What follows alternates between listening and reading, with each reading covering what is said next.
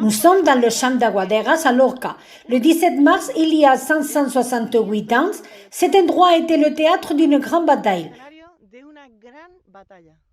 Plus de 800 hommes sont morts ici et 400 ont été faits prisonniers. Je m'appelle Fuensanta et je travaille comme guide touristique à Lorca Taller del Tiempo, dépendant du bureau municipal de tourisme. Et aujourd'hui, nous allons découvrir le fait d'armes le plus célèbre qui a eu lieu à Lorca, la bataille de Alporchones. Abenothman, roi de Grenade, a déterminé attaquer le sud-est du royaume de Murcie et il a confié la compagnie au capitaine Abidar, aidé par un important contingent de chevaliers provenant de Malaga et de Ronda.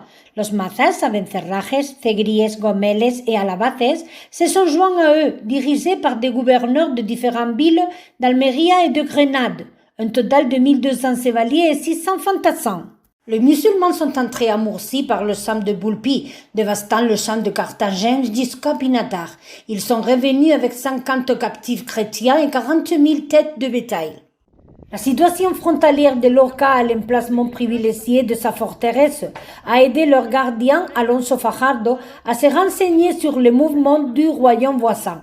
De cette façon, ces demandes urgentes au maire de Murcie, Diego de Rivera, ont porté leurs fruits.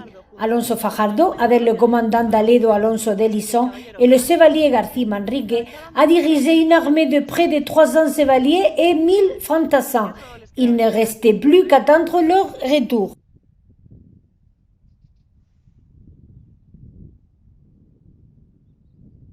Selon un roman de Ginés Pérez de Hita, l'armée de Grenade a fièrement décidé de passer par Lorca avec des drapeaux déployés et de piller son territoire.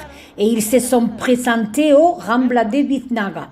Dès qu'ils les ont vus, l'armée chrétienne est partie à leur recherche, se retrouvant à la place des Alporchones, presque au pied de collines appelées Rincón de Aguaderas. Les fantassins musulmans ont essayé de les empêcher de traverser le torrent, mais cela n'a pas été possible. La bataille a commencé. Ils se sont tous battus avec courage. Jusqu'à 3 fois, l'armée musulmane a dû être reconstruite. Rien n'a été décidé. Les dirigeants chrétiens ont compris qu'ils devaient combattre le chef Sétil, se sont jetés sur eux.